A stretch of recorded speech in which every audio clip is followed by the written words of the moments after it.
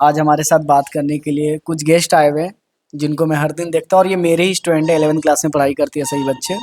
और जैसा कि आप देख सकते हैं ये सारी लड़कियाँ आज एक स्पेशल टॉपिक पे बात करने वाली है जो कि हम मेरे साथ ही कन्वर्सेशन होगी इन सब की और हम एक नए थॉट प्रोसेस को समझेंगे कि आखिर आजकल की लड़कियां एजुकेशन के बारे में क्या सोच रही है, स्पेशली लड़कियों के एजुकेशन को लेकर क्या सोचती है। तो सबसे पहले आप सभी का वेलकम मेरे स्टूडियो में।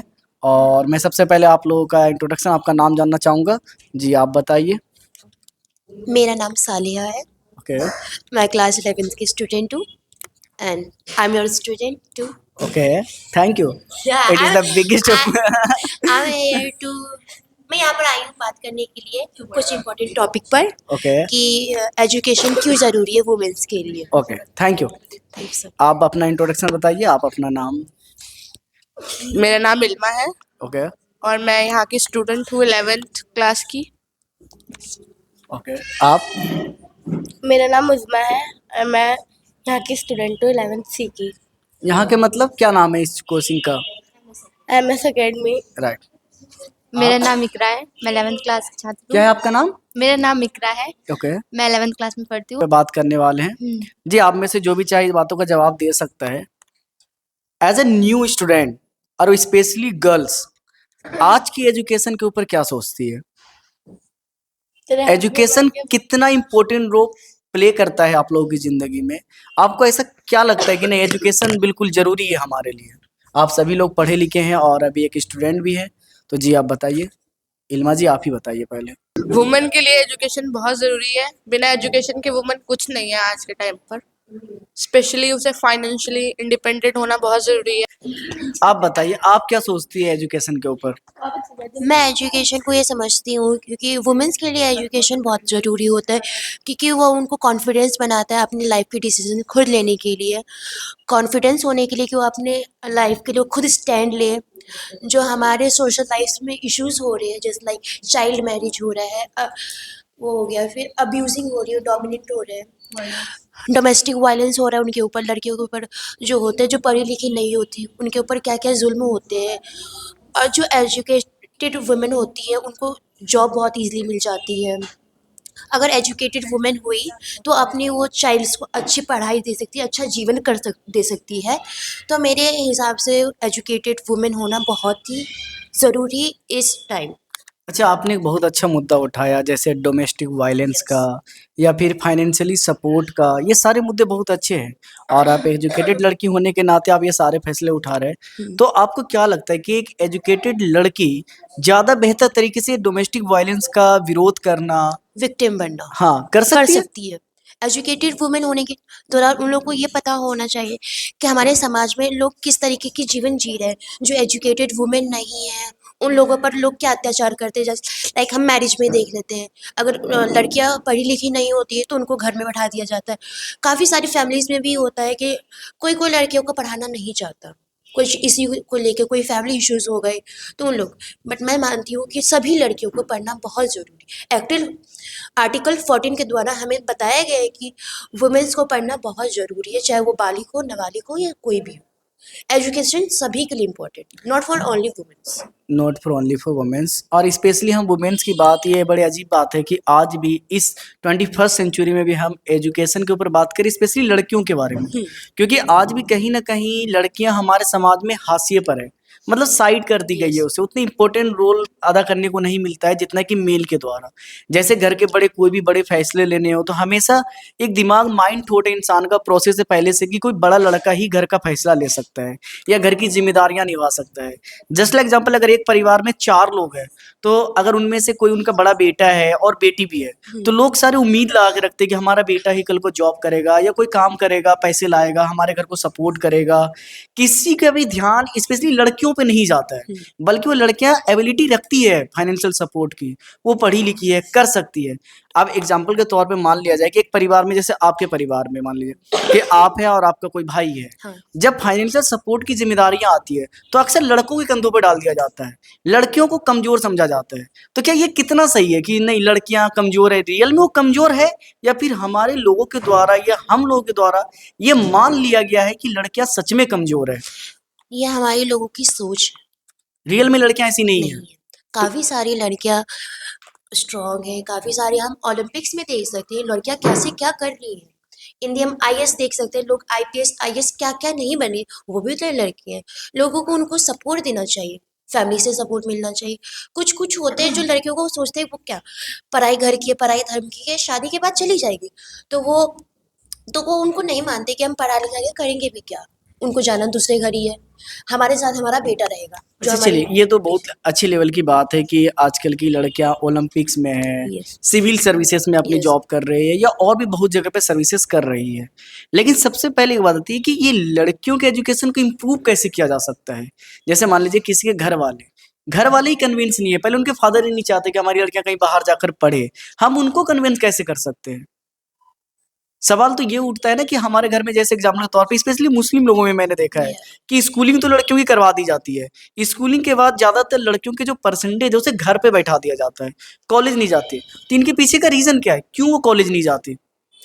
लोग कहते हैं कि समाज ऐसा है, समाज देखेगा तो क्या कहेगा, तो मतलब किसी भी पेरेंट्स को लड़कियों में कमी नहीं दिख रहा है, समाज से समाज प्रॉब्लम है। क्या कहेगा। और समाज में रहते कौन है, हम, आप, लड़के लड़कियां, यही छोटी तो रहते हैं सोच ना। वाले, छोटी सोच वाले। तो ये ज्यादा, अगर हम इसे छोटी सोच बोलेंगे तो ज्यादातर मिडिल फैमिली की प्रॉब्लम है। तो क्या सारे लोग छोटी सोच रखते हैं, नहीं, ऐसा तो नहीं कह सकते नहीं ना। ना। तो ये तो बट गलत होगा कि काफी छोटी सोच। हम हमेशा क्यों कहते हैं कि चार लोग क्या कहेंगे। हम अपनों से ज्यादा उन लोगों के बारे में सोचते हैं कि चार लोग क्या कहेंगे आगे चलकर।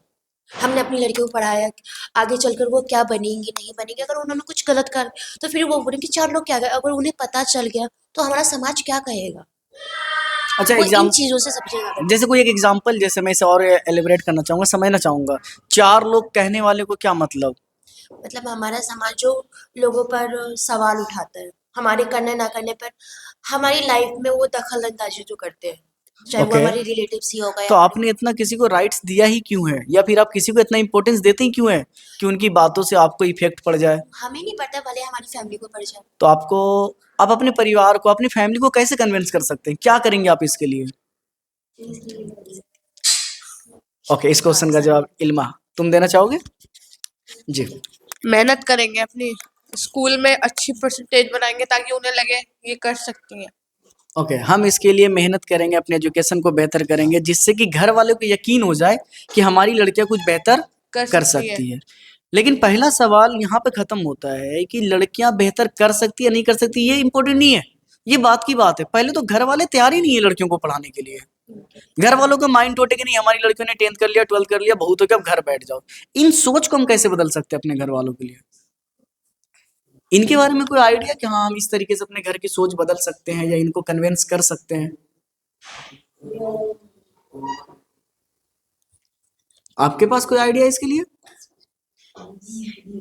जस्ट लाइक एग्जांपल, मान लीजिए कि आपका एक भाई है, मैं जानता हूँ दानिश आपका भाई है, और आप कोई भी, मान लीजिए कि आपके पापा के पास इतने ही पैसे हैं कि इनमें से कोई एक ही अब्रॉड जाकर, मतलब आउट ऑफ इंडिया जाकर पढ़ाई कर सकता है, और आप भी जा सकती हैं और दानिश भी जा सकता है, दोनों कैपेबल है। तो आपके पापा के लिए प्रायोरिटी क्या होगा, किनको भेजेंगे वो। दानिश को। क्यों, तो चुमना मोटी, यही तो सवाल है, क्यों भेजेंगे उसे, आपको क्यों नहीं।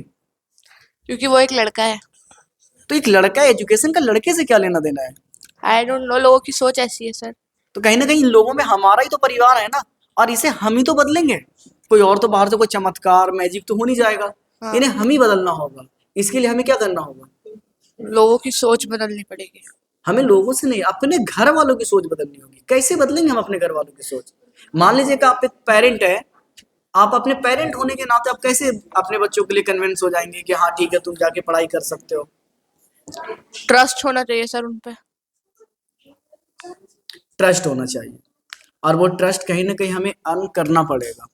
हाँ। लेकिन ये ट्रस्ट अर्न करने की बारी जब भी आती है तो लड़कियों के लिए ही आती है, लड़कियों के लिए बारी नहीं आती। नहीं लड़कों के लिए आती। सब ठीक है, इट्स ओके वाली बात होती है। हाँ। चलिए कोई नहीं, आप उजमा जी, आपसे बहुत देर से मैं बात करना चाह रहा हूँ।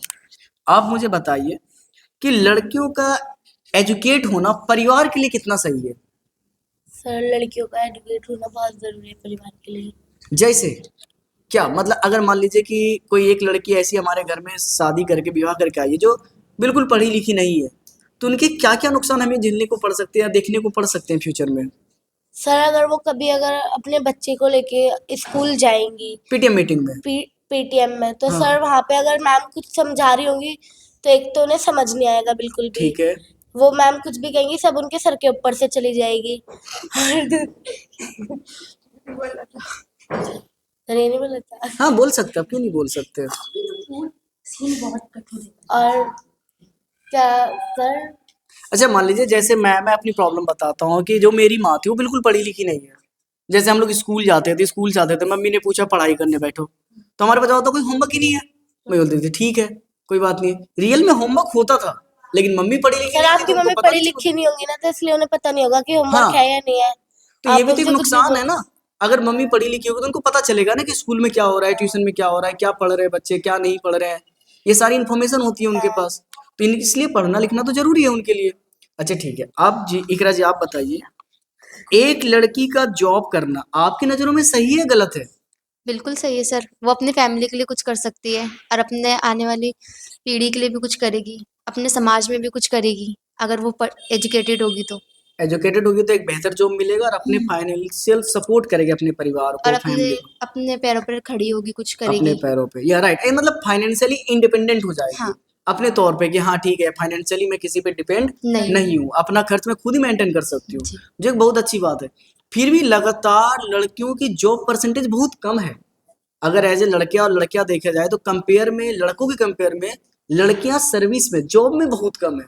इसके पीछे का क्या रीजन है? क्योंकि सर कुछ लड़कियों की फैमिली होती है जो उन्हें कुछ करने नहीं देती अपने लाइफ में, ठीक है, जो चाहती में कुछ करना, लेकिन उनकी फैमिली उनको सपोर्ट नहीं करती। सपोर्ट नहीं करती। हम्म, उनका मानना है कि नहीं लड़कियां घर में ही रहेगी, जॉब घर में नहीं ही करेगी। रहेंगी। जी सर। क्या ये सही है? नहीं। हमें तो इसे बदलना होगा ना, और इसे बदलने के लिए हमें ही एक स्टेप उठाने पड़ेंगे, हमें कुछ करना होगा। सही बात है। चलिए कोई नहीं, आप उजमा जी आप बताइए, आजकल स्पोर्ट्स हम बहुत देखते हैं। जब बात आती है क्रिकेट की, जस्ट लाइक एग्जाम्पल अगर मैं आपसे पूछूं कि बताइए इंडियन टीम का कैप्टन कौन है, इंडियन क्रिकेट टीम का? रोहित शर्मा। रोहित शर्मा। क्यों? मैंने ये तो नहीं पूछा था मेल टीम, मैंने तो सिर्फ इंडियन क्रिकेट टीम बोला था। जिस तरीके से क्रिकेट टीम लड़कों की होती है वैसे लड़कियों की भी तो होती है। फिर आपके दिमाग में सिर्फ रोहित शर्मा ही क्यों आया? हरप्रीत कौर क्यों नहीं आई? हरमनप्रीत कौर भी तो हमारी कैप्टन क्रिकेट टीम की कैप्टन है, फीमेल की। कहीं ना कहीं ऐसा नहीं लग रहा है कि स्पोर्ट्स में भी लड़कियों को दबाया गया है?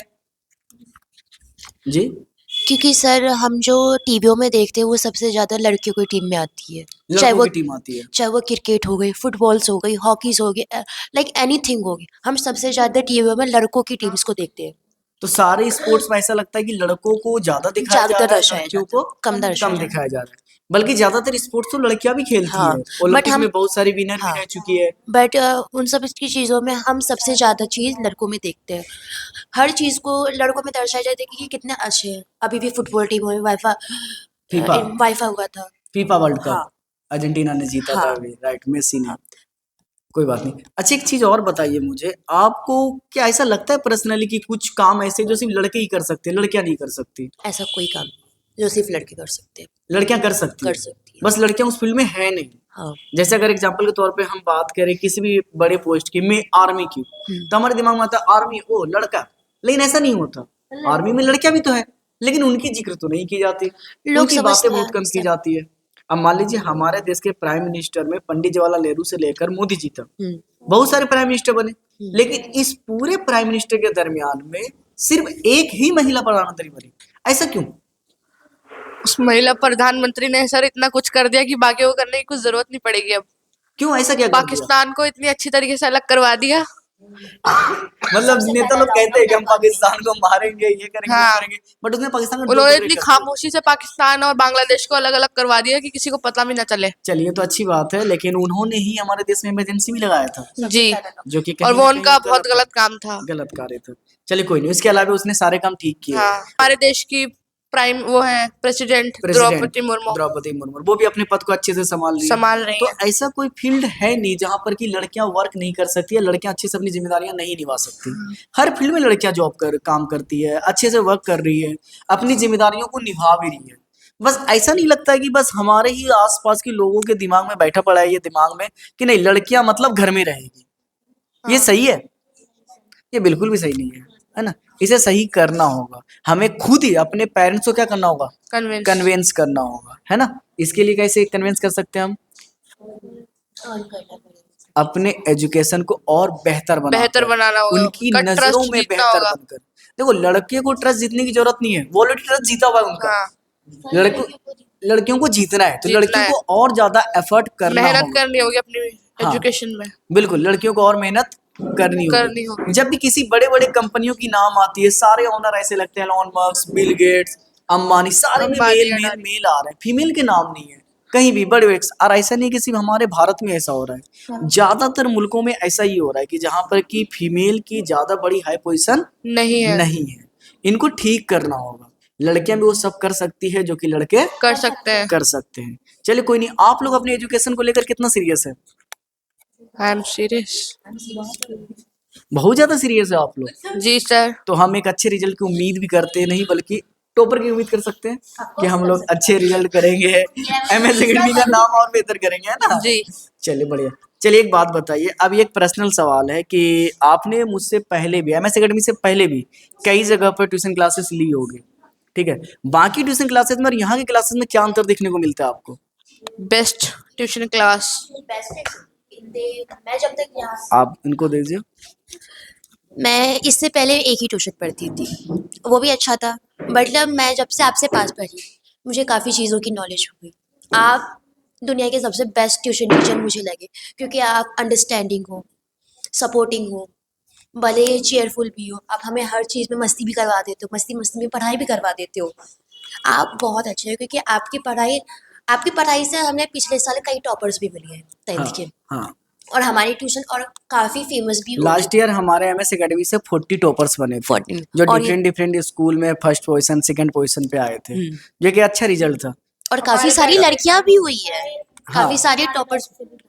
आपके वैसे यासीन, हाँ, याशीन हाँ। हो गई, चांद हो गई। और पिछले साल लड़की भी थी, लड़कियां कोमल भी थी, वशिष्ठा, कोमल वशिष्ठा, उन्होंने भी काफ़ी अच्छा किया। ऐसे बहुत सारे बच्चे एग्जाम्पल है हमारे पास जो कि अच्छा रिजल्ट कर रहे करते हैं। हैं। वो आपने अपनी एक मेहनत बात है। कहा था अभी एमएस एकेडमी के बारे में कि एमएस एकेडमी एक तरह से सपोर्टिंग करता है, सपोर्ट करता है, आपको मोटिवेट करता है। Yes. कैसे मोटिवेट करता है? भले ही हम मेंटली उस चीज़ के लिए प्रिपेयर नहीं होते, तो आपकी पढ़ाई हमें मेंटली प्रिपेयर करती है। भले ही Okay. हम कोई चीज़ में हमें लगता है कि हमें दिक्कत आ रही हो, आप भले उस चीज़ को 1000 बार करवाते हो, अगर नहीं आएगा फिर भी करवाते हो। आप एक अच्छे तरीके से पढ़ाते हो, जैसे बाकी के लोग करवाते हैं, अरे हो गया छोड़ो ही नहीं, एक बार हो गया छोड़ो, समझ में आना होगा, आएगा नहीं तो कर लेंगे खुद बोलो। बट आप हो कि एक बार बच्चे को अच्छे से समझा देना है कि वो बच्चा कर ले। भले आप Okay. एक्स्ट्रा क्लासेस दीजिए नहीं दीजिए, समझाने समझाइए, बट आपकी ट्यूशन की पढ़ाई बहुत अच्छी है। मैं Okay. सभी बच्चों से ये कहना चाहूँगी, अगर करना चाहते हो या अगर आपको पढ़ना है तो एमएस एकेडमी में आके ज़रूर पढ़ें, क्योंकि हमारे doctor Mehtab sir he is the best teacher in the world for my view. Thank you, ये मेरे लिए बहुत बड़ी प्लेजर की बात है। जी उज़मा, आप बताइए, आप जो सालिया ने जो अभी बातें कही एमएस एकेडमी के बारे में, आप इनसे कितना इत्तेफाक करते हैं? कितने परसेंट आपको लगता है कि हाँ ये सच बोल रही है? सर ये सारी बातें सही है जो सालिया ने कही है। जो सालिया ने कहा सारी बातें सही है। आपको ऐसा पर्सनली लगता है कि हाँ एमएस एकेडमी आपको सपोर्ट करता है, मोटिवेट करता है, ऐसा लगता है? यस सर, बिल्कुल लगता है। बिल्कुल लगता है। चलिए अच्छा, आप आने वाले बच्चों के लिए क्या बोलना चाहेंगे? जो बच्चे मान लीजिए ट्यूशन ढूंढ रहे हैं, उनके लिए क्या कहना चाहेंगे? सर मैं तो बहुत सारे बच्चों को लेके भी आई थी यहाँ पे। अच्छा, आपने बहुत सारे बच्चों का एडमिशन कराया है यहाँ पे उसके लिए बहुत बड़ा थैंक यू आपके लिए चलिए ठीक है, आप सभी लोगों से बात करके अच्छा लगा। उम्मीद करता हूँ अगले सेशन में फिर जल्दी मैं आप लोगों के साथ फिर से एक नई सेशन लेकर आऊँगा और बात करूँगा। Thank you very much. Thank you sir.